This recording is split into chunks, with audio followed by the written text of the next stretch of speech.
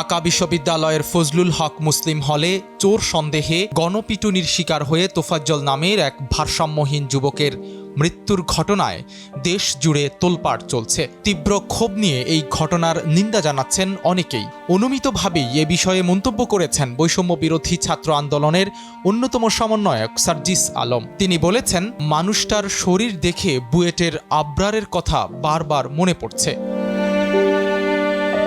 বৃহস্পতিবার সামাজিক যোগাযোগ মাধ্যম ফেসবুকে নিজের ভেরিফাইড আইডিতে দেয়া এক পোস্টে এসব কথা বলেন সার্জিস আলম। ক্ষুব্ধ প্রতিক্রিয়ায় তিনি জানান, সব অন্যায়কারীর বিচার হোক, তবে নির্দোষ কেউ যেন শাস্তি না পায়। মানসিক ভারসাম্যহীন হোক, চোর হোক অথবা দাগী আসামি, কাউকেই এভাবে পিটিয়ে মেরে ফেলার অধিকার বা সাহস কোনো একজন ব্যক্তি পায় কিভাবে?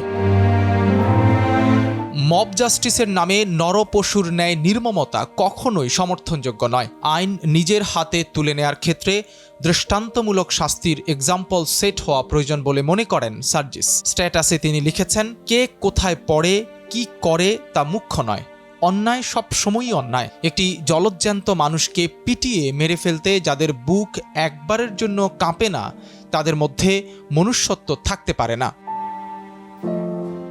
একবার যদি অন্যায়কারীরা কোনো সূত্র ধরে ছাড় পেয়ে যায়, তবে তা পরবর্তী অসংখ্য অন্যায়ের প্রশ্রয় হিসেবে দৃষ্টান্ত তৈরি করে। নতুন বাংলাদেশে এই সুযোগ যেন কেউ না পায়, সেই বার্তা দেন সার্জিস। এদিকে নির্মম এই হত্যার ঘটনায় শাহবাগ থানায় মামলার আবেদন করে এজাহার দায়ের করেছে ঢাকা বিশ্ববিদ্যালয় প্রশাসন। পরে আবেদনটি মামলা হিসেবে গ্রহণ করা হয়। নিহত ব্যক্তির নাম তোফাজ্জল। তার বাড়ি বরগুনা জেলার পাথরঘাটা উপজেলার কাঁঠালতলী ইউনিয়নে। তার বাবা মা কেউই বেঁচে নেই। তিনি মানসিক ভারসাম্যহীন অবস্থায় ছিলেন। একটি ভিডিওতে দেখা যায়, ফজলুল হক হল শাখা ছাত্রলীগের সাবেক বিজ্ঞান ও প্রযুক্তি বিষয়ক উপসম্পাদক জালাল আহমেদ সহ হলের ৮-১০ জন শিক্ষার্থী তোফাজ্জলকে মারধর করছেন। শাহবাগ থানার ভারপ্রাপ্ত কর্মকর্তা মোহাম্মদ খালেদ মনসুর বলেন, হত্যার ঘটনায় এজাহার গ্রহণ করে মামলা রুজু করা হয়েছে। তদন্ত কর্মকর্তা উপপরিদর্শক আমিনুল ইসলামকে দায়িত্ব দেওয়া হয়েছে।